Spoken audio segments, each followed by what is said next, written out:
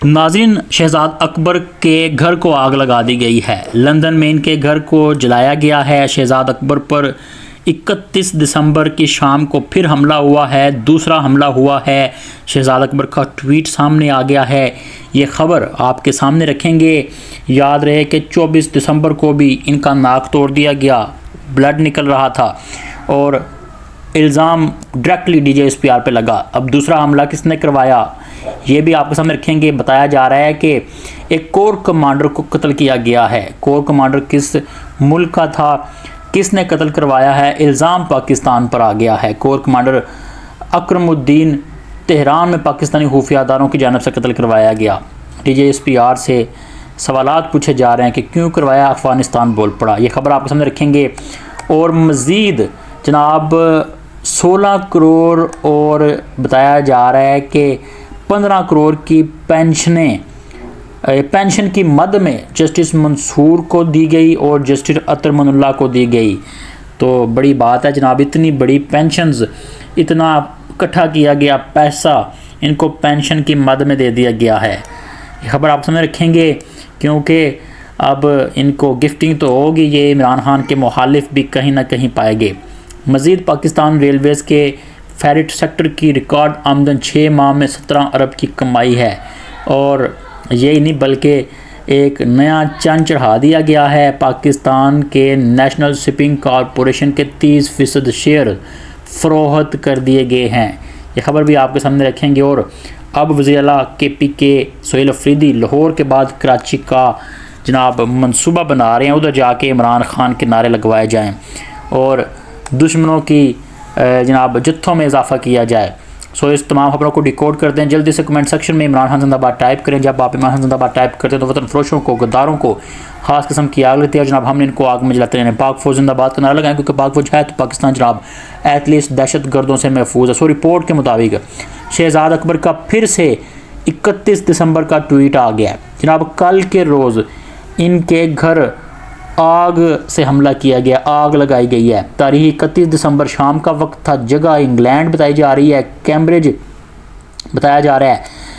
उनके घर पर जानबूझकर टारगेट क्रिमिनल अटैक किया गया। शहजाद अकबर ने कहा घर को नुकसान पहुंच गया है और आग लगने की कोशिश की गई है जिससे लोगों की जानों को भी खतरा हो सकता था।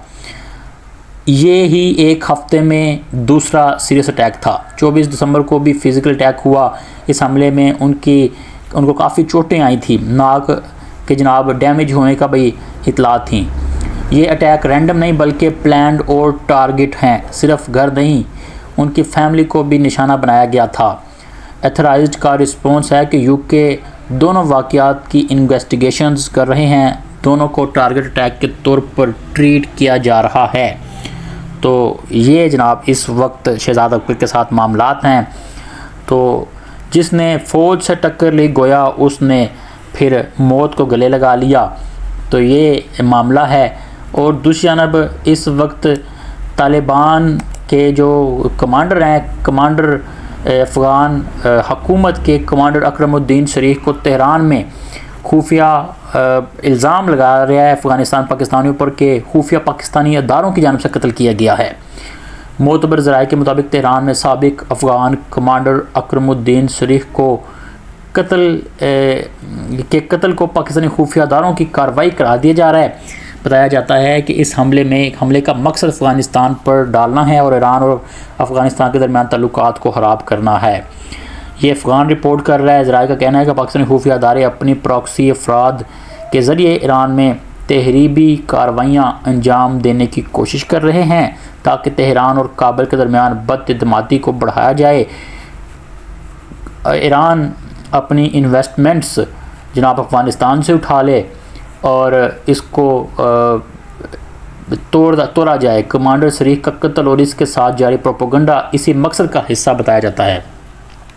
वाज़ तौर पर आप रीड कर सकते हैं। अफ़गान गार्डियन ने, ऑथेंटिक रिपोर्ट चैनल ने जनाब इसको रिपोर्ट किया। इससे कबल मशहद में साबिक कमांडर गुलाम मारूफ पर होने वाले हमला भी अफ़गानिस्तान बताता है कि पाकिस्तानी खुफिया अदारे ने किया। जवेद नामी शख्स के ज़रिए हमला करवाया गया था जो सूबा खर्रात के ज़िला कोहिस्तान का रहायशी जवेद के बारे में बताया जाता है कि वो अहमद मसूद के ग्रोह से वाबस्ता था और अफ़गानिस्तान में कई दहशतगर्दाना वाक़यात जिनमें ग्रैंडेड हमले और 2 कत्ल शामिल हैं में मुलव्वस रहा है। वाज़ तौर पर देखें, अफ़गान गार्डियन ये रिपोर्ट दे रहा है। तो ये पाकिस्तान को बदनाम करने की ईरान की चाल हो सकती है और ये जनाब पाकिस्तान को बदनाम करने की चाल हो सकती है, लेकिन जो मर्ज़ी चालें चल लें, जो संदूर जनाब अटैक किए गए भारत ने, इसको जनाब अफ़गानिस्तान पर भी लागू किया जा सकता है। तो ये इत्तला जो सामने आ रही हैं। मज़ीद बताया जा रहा है कि पाकिस्तान रेलवेज़ के फेरिट सेक्टर की रिकॉर्ड आमदन 6 माह में 17 अरब हो चुकी है और फेरिट सेक्टर से 38 अरब रुपए से ज़ायद आमदन मतवक्का है एक साल में। तर्जुमान पाकिस्तान रेलवेज़ के मुताबिक हड़ताल के बावजूद नवंबर और दिसंबर के महीनों में फेरिट सेक्टर ने मुसलसल 3 अरब रुपए से ज़ायद रेवेन्यू हासिल किया, जो अदारे की बेहतरी, हिकमत अमली और इंतज़ामी इस्लाहात का सबूत है। 2026 में पाकिस्तान रेलवेज़ पहली बार 1 खरब रुपए आमदन हासिल करने वाला अदारा बनने जा रहा है। नए साल के अख्ताम तक रेलवे की तमाम ट्रेनों को मरहलावार अपग्रेड कर दिया जाएगा। मुसाफिरों को बेहतर सहूलियत फराहम करने के बाद अब सफ़र को महफूज ट्रेन बनाने पर खुसूसी तवज्जो दी जा रही है। रवां बरस के दौरान ट्रेनों में CCTV कैमरे नस्ब किए जाएंगे, रेलवे की मुकम्मल डिजिटलाइजेशन की जाएगी और रेलवे पुलिस को जदीद खतूत पर तरबियत दी जा रही है। तो ये सारे मामला है। खैर, बड़े मुद्दे की जानब आते हैं। जस्टिस मंसूर अली शाह और जस्टिस अतर मनुल्लाह ने 27वीं आईनी तरमीम के बाद मुस्तफ़ी होने पर बिला तरतीब 16 करोड़ 10 लाख रुपए और 15 करोड़ 40 लाख रुपए से ज़ायद पेंशन्स क्यूमुलेटेड पेंशन हासिल कर ली हैं। ज़राए के मुताबिक दोनों रिटायर्ड जजेस को माहाना पेंशन के तौर पर बिला तरतीब 11 लाख रुपए और 12 लाख रुपए से ज़ायद रकम मिल रही है। वज़ारत कानून ने house rent 3.5 lakh, superior judicial loans 11 lakh से ज़ायद कर दिया था।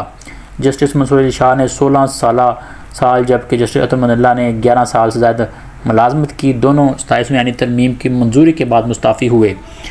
दोनों को रिटायरमेंट के बाद भी मेडिकल, रहायश, दीगर सहूलियात और बेगमात के लिए मरात हासिल हैं।